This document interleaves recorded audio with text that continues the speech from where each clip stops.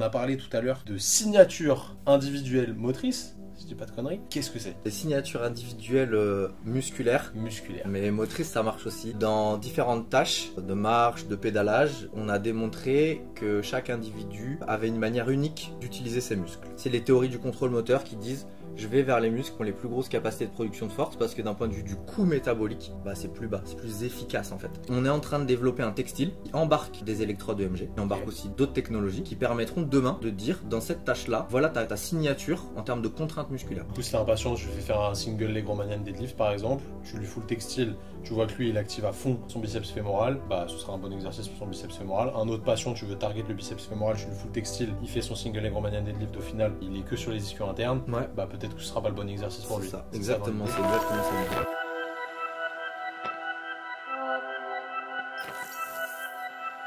Salut les amis, bienvenue dans ce nouvel épisode du Training Therapy Podcast saison 2. Aujourd'hui je suis avec Maxime et JP et on accueille Lilian. Lilian, merci d'être avec nous aujourd'hui. Est-ce que tu peux te présenter rapidement pour ceux qui ne te connaissent pas? Merci les gars de l'invitation. Avec plaisir. Impressionné. Vous êtes plus costaud en vrai que sur les vidéos. Mais ça on est tout le temps, ça fait plaisir ça.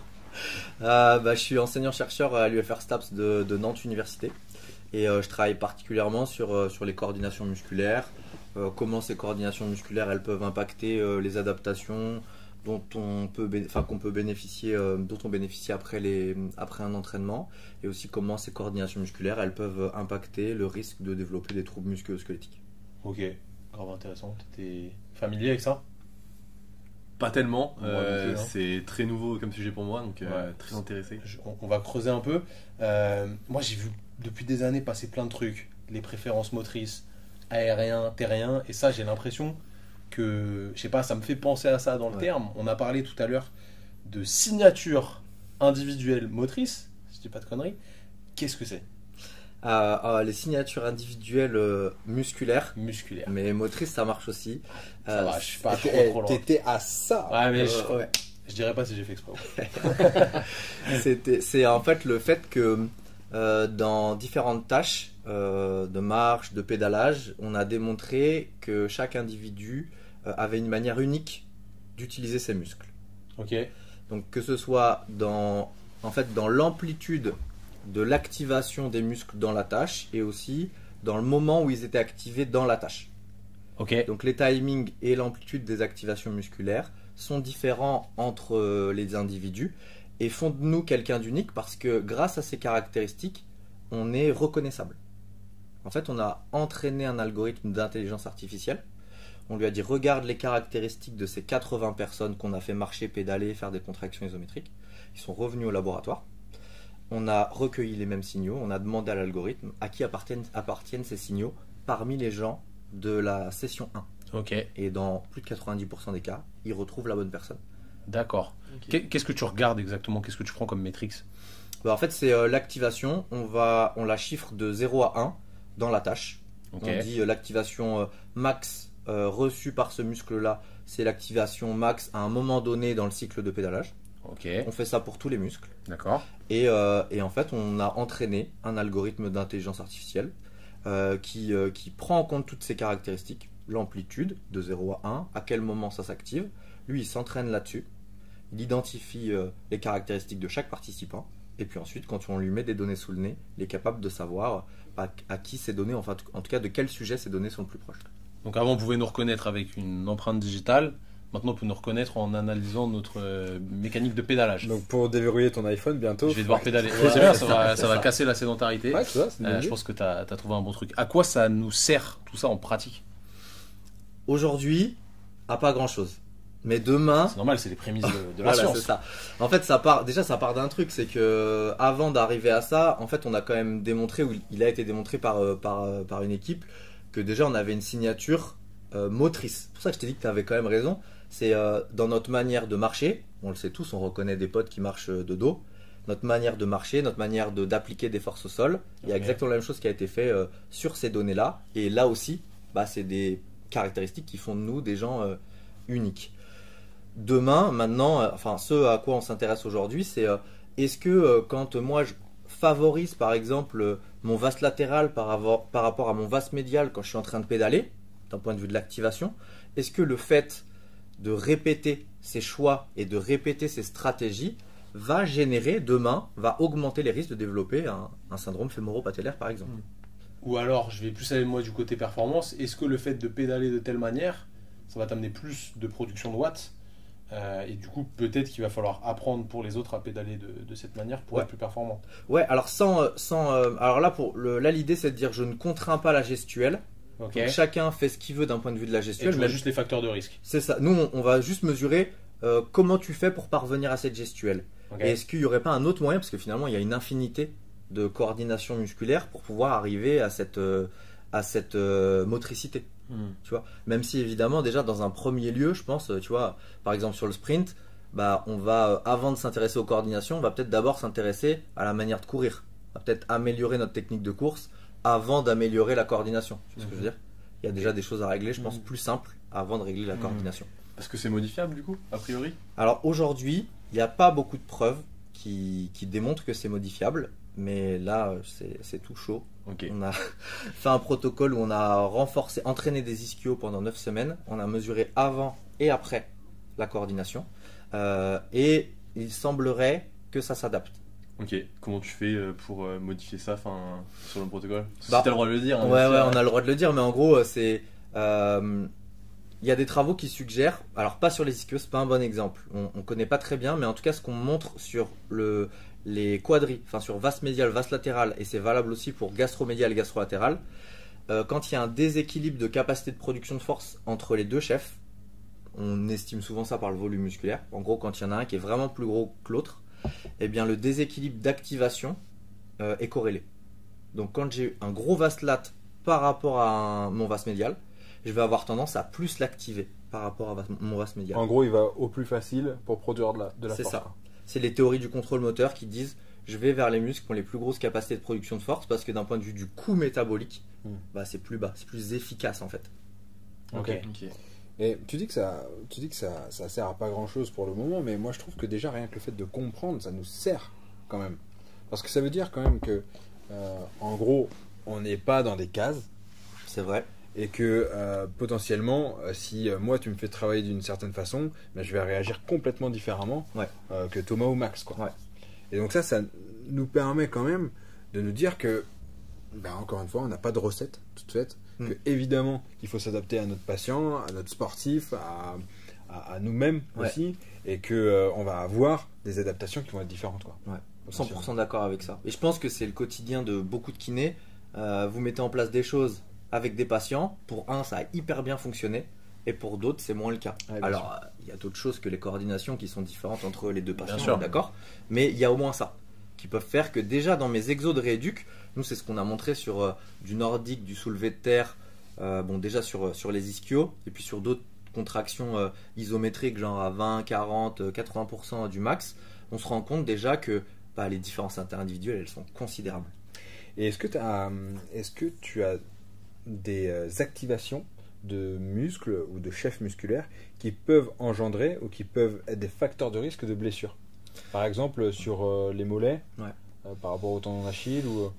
Aujourd'hui, franchement, c'est dur de se dire oui, on sait, et ça, cette coordination-là, elle augmente les risques. Nous, juste ce qu'on a montré, on a pris des patients atteints d'une tendinopathie d'Achille, des gens qui n'avaient pas de tendinopathie d'Achille, mais qui avaient les mêmes niveaux d'entraînement, d'activité physique, qu'on a matché les deux populations, et on a regardé la distribution de l'activation, donc les coordinations musculaires. On a regardé aussi la répartition des volumes musculaires, donc l'activation et les volumes. Et ce qu'on voit, c'est que les patients qui souffrent de la tendinopathie du tendon d'Achille, en moyenne, ils ont une activation qui est plus basse du gastrolatéral. La contribution du gastrolatéral est plus faible en termes d'activation. C'est un muscle qui est moins utilisé par le système nerveux central. Et aussi, ils ont une atrophie sélective. En tout cas, ils ont un volume musculaire du gastrolatéral qui est plus petit par rapport au gastromédial que les gens qui n'ont pas de tendinopathie d'Achille. Donc, est-ce que c'est une cause ou conséquence? Aujourd'hui, on ne sait pas. Il y a une étude qui montre qui a suivi ça pendant la rééduc et qui montre qui trouvait aussi que le gastrolatéral était moins impliqué et qui montre qu'à la fin de la rééduc, sa contribution a augmenté. Mais ça reste des preuves assez faibles. Est-ce que son volume a augmenté à la fin de la rééduction? Qui ne sont pas mesurées. Ok. On ne fait que l'activation. Dommage. Les cons. Putain, les gars, vous auriez pu faire ça, ça aurait été C'est clair. intéressant. C'est les mecs dans le canal. Vous auriez pu faire ça, merde. Ouais, c'était C'est facile à faire, les gars. Bah ouais. Petite biopsie tranquille. Du coup, rien sur le gastrocnémien médial. Non, Ok. il est pas différent. Et rien sur le solaire aussi, parce qu'il y avait quand même des travaux, il y a des choses qui ont été faites sur le solaire aussi. Mais après, bon, vous connaissez ça mieux que moi, mais il y a différents types quand même de tendinopathie d'Achille. Donc Oui, peut-être oui. en fonction de, tu vois, du type, ça peut peut-être être différent. Mais en tout cas, là, nous, sur solaire, EGM et gastromédial, on voit rien. Il y a juste une différence, activation et volume sur les tendinopathies d'Achille, les patients. Est-ce que tu as testé sur d'autres parties du corps? On a fait, alors c'est une collègue à moi qui a fait ça, qui a fait syndrome fémoro-patellaire. Très intéressant. Ouais, elle a fait ça en Australie, elle a fait une manip sur des jeunes, ils ont fait une grosse manip parce qu'ils ont tout mesuré. Ils ont mesuré les volumes musculaires par IRM, ils ont mesuré les bras de levier Sur la patella. sur la patella, Incroyable. ils ont mesuré l'activation et bingo, pas de différence. Oh, Ok. Donc, Ça, pas de ça- différence entre sujet sain et sujet pathologique. Non. Ouais, Alors ok. que pourtant, il y a des gros un peu fondements scientifiques, en Ouais, tout bien cas dans sûr. la littérature, on le lit beaucoup, qu'il y aurait un déséquilibre de force entre VL et VM. Si t'as un VL qui est très fort, bah, du coup, tu as des tractions latérales Ouais. sur de la. Et en fait, bah, en tout cas, ça n'a pas été démontré dans cette Est-ce étude. qu'ils ont comparé jambe saine, jambe pato? Je sais pas si tu sais, mais. Je crois pas. Ok. Je crois pas. Pareil, putain, les gars, vous auriez Ouais. dû faire ça. Non, mais Trop relou. faudra aller voir dans le papier. C'est Marion Crousier, je sais plus quelle Ok. année, mais vers 2020, quelque chose comme ça. Et je pense qu'ils ont fait les deux. Parce que des fois, dans ces études-là, ils font les deux côtés. Et en fait, on juge que le côté contralatéral, il n'est pas vraiment sain. Ouais. Parce que tu peux avoir des adaptations liées au fait que tu as un trauma d'un côté. On en parlait pour les entorses de cheville sur un autre épisode, effectivement. Ça paraît logique. D'où ça vous est venu cette idée un peu de chercher ces signatures-là? Ça découle de quoi? Bah en fait, donc c'est faut rendre à César ce qui lui appartient. C'est mon directeur de thèse à l'époque, François Hugues, qui travaille, qui s'intéresse aux activations musculaires depuis très longtemps. Et même depuis les années 80, tu as des travaux qui sont publiés et qui présentent les différences interindividuelles dans l'activation musculaire. Donc tout le monde se dit ouais c'est hyper intéressant, les gens sont différents, etc.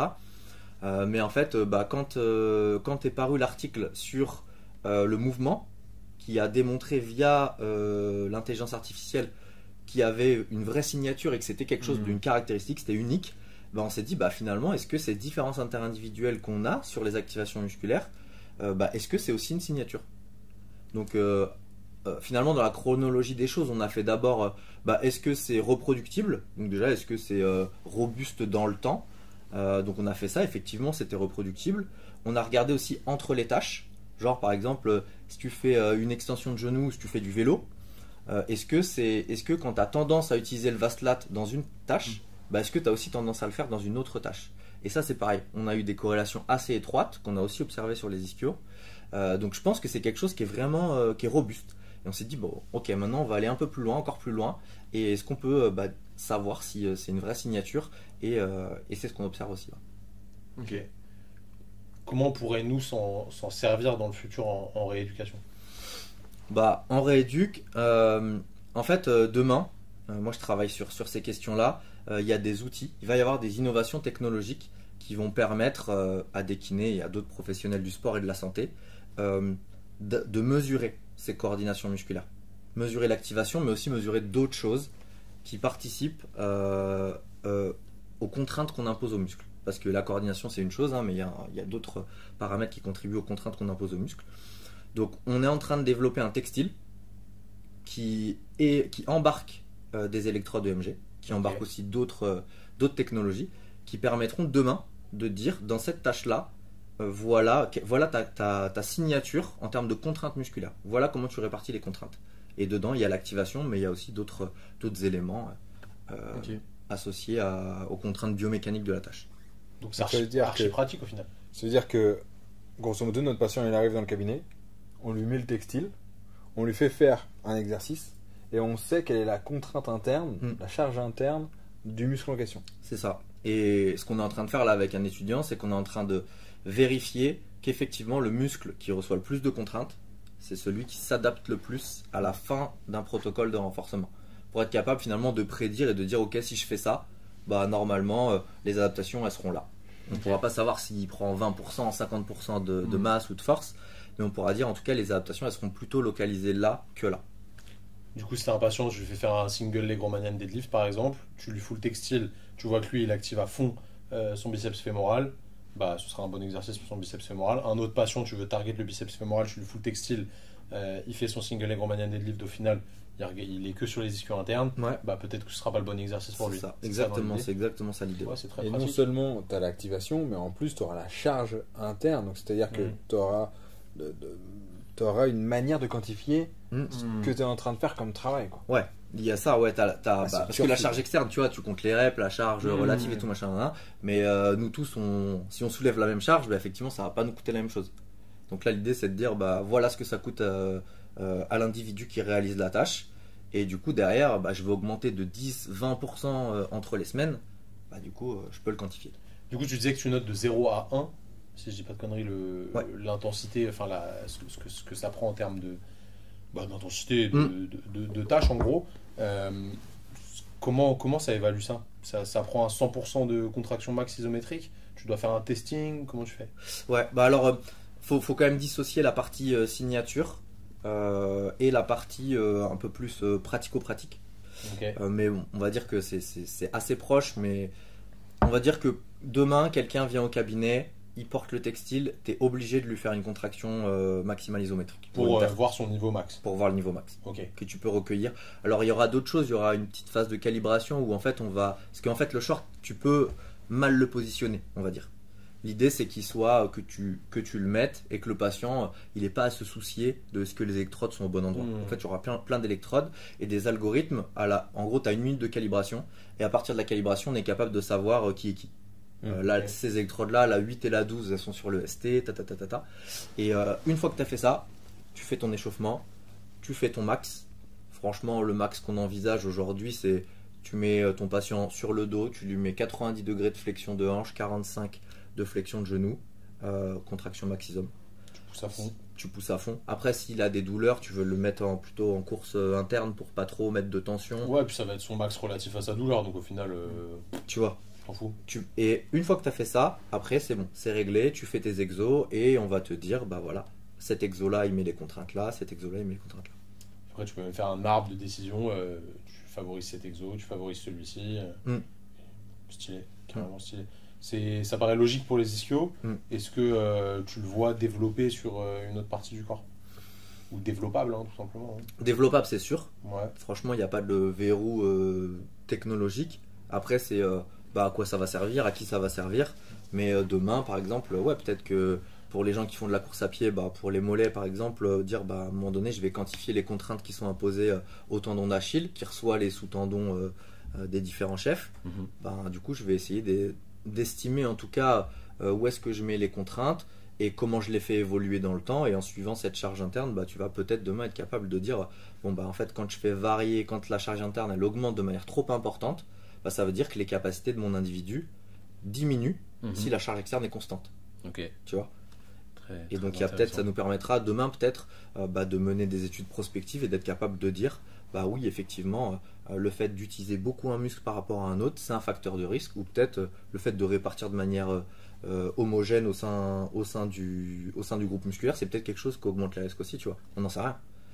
Donc Non, on aura plus de réponses, quoi. on aura plus de réponses. Magnifique. Est-ce que ça vous inspire, les gars? Bah là, on est un peu dans le futur. Hein. Ouais, clairement. On est un peu dans le futur. Hein. Si on a accès un jour à ce genre de technologie, on aura quand même une palette pour travailler, pour choisir, pour évaluer et pour quantifier ce qu'on fait. Parce qu'en fait, notre gros problème en kiné par rapport au prépa physique, c'est justement ça en fait, c'est la quantification.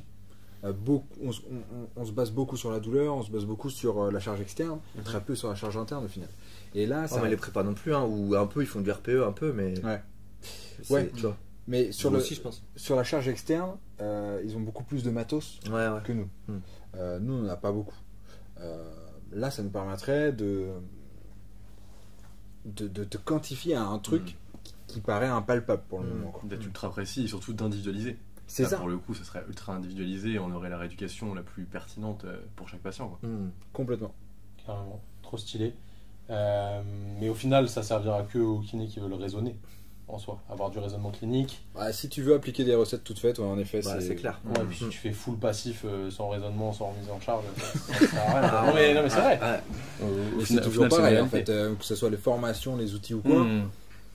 Carrément. Oui. Grave intéressant. Les amis, si jamais vous voulez apprendre à raisonner cliniquement de manière encore plus efficace, on vous a préparé une formation totalement gratuite. Vous avez juste à cliquer sur le premier lien dans la description de la vidéo. Vous téléchargez ça et vous allez apprendre plein de trucs. Lilian, merci beaucoup pour cette projection dans le futur. Là, je me suis vu avec des robots et tout, genre, un short avec des électrodes, faire des exercices incroyables. Où est-ce qu'on peut te retrouver pour les aficionados de toutes ces signatures motrice sur Instagram, Lacourpaille Lilian PhD ou Lilian Lacourpaille sur LinkedIn. Efficace.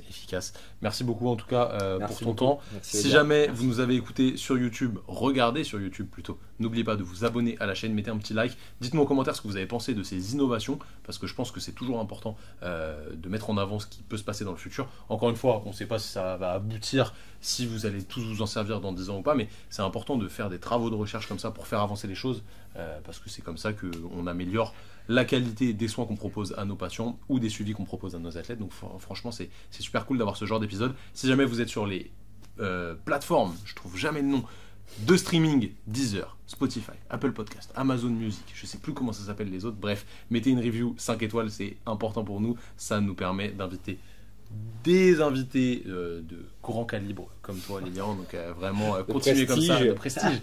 Mettez un putain de 5 sur 5 si jamais vous avez kiffé l'épisode, dites-le nous dans les commentaires. Bref, nous on se voit la semaine prochaine pour un nouveau podcast. En attendant, prenez soin de vous, prenez soin de vos patients et bonne journée, bonne soirée, peu importe où que vous soyez. À bientôt. Salut tout le monde. Ciao.